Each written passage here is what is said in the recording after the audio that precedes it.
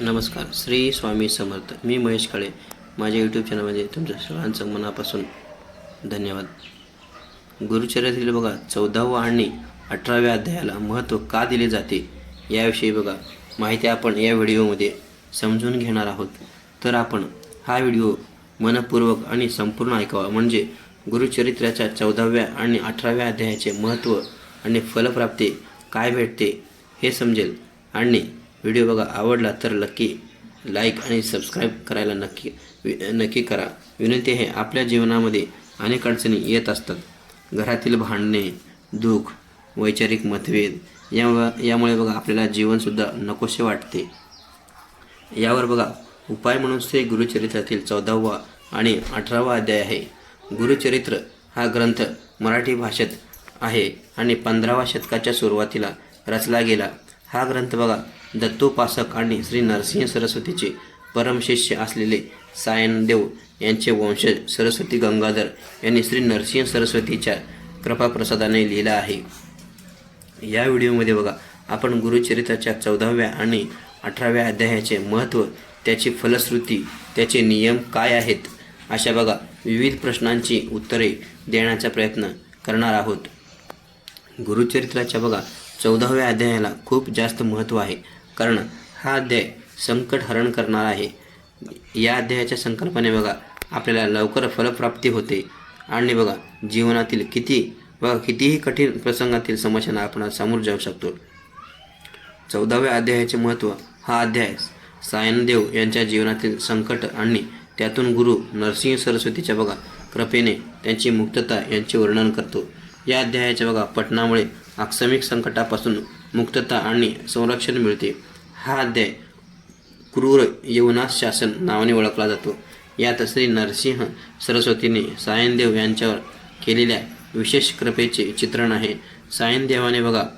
सायनदेवने वंश परंपरागत अडभक्ती मागितली आणि क्रूर यवनापासून सायनदेवाचे प्राण वाचून श्री गुरुने अभय देऊन वंश परंपरागत अडभक्तीचे आश्वासन दिले.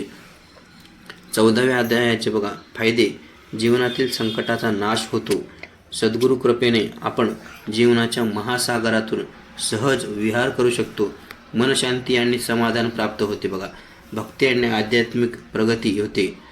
गुरुचरित्राच्या 18व्या अध्याय आपल्याला बघा आयुष्यातील दारिद्र्य पूर्णपणे बघा दूर करतो आणि आपल्या कुठल्याही प्रकारचे आर्थिक संकट असो, म्हणजेच बघा कर्ज असो, नोकरी लागणे, घरात लक्ष्मीची अवकृपा असणे, या सगळ्या व्याधी नाहीशा होतात.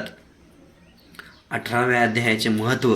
हा अध्याय गरीब ब्राह्मणाचे दारिद्र्य दूर करणारे गुरु नरसिंह सरस्वतीचे चरित्र सांगतो. या अध्यायाच्या नित्यपठणामुळे बघा नष्ट होऊन संपत्ती, लक्ष्मी प्राप्ती आणि कर्जमुक्ती होते. व्यापारात वृद्धी आणि आर्थिक परिस्थिती सुधारण्यास मदत होते. हा अध्याय दारिद्र्य ब्राह्मणाचे उद्धार नावाने ओळखला जातो. यात श्री नरसिंह सरस्वतीने बघा एका दरिद्री ब्राह्मणाचे दारिद्र्य कसे दूर केले याचे वर्णन आहे. 18व्या अध्यायाचे फायदे. संपत्तीचा लाभ होतो आणि दारिद्र्य नष्ट होते, लक्ष्मी प्राप्ती होते आणि बघा कर्जमुक्ती देखील होते. आर्थिक परिस्थिती सुधारते, व्यापारामध्ये वृद्धी होते. गुरुचरित्रातील बघा 14वे आणि 18वे अध्याय पठण कसे करावे, पद्धत, पूजा मांडणी. या अध्यायाचे पठण करताना तुम्हाला पूजा मांडण्याची गरज नाही. वेळ बघा तुम्ही सकाळी किंवा संध्याकाळी तुमच्या सोयीनुसार या अध्यायाचे पठण करू शकता. संकल्प तुम्ही नित्य नियमाने किंवा संकल्प करून हे अध्याय वाचू शकता. अध्याय बघा निवड. तुम्ही दोन्ही अध्याय एकत्र किंवा फक्त 14वा किंवा 18वा अध्याय ही वाचू शकता. वाचन बघा मोठ्या आवाजात वाचन करा बघा, जेणेकरून तुम्हाला आणि घरातील वातावरणातील सकारात्मकता ऊर्जेने भरून जाईल.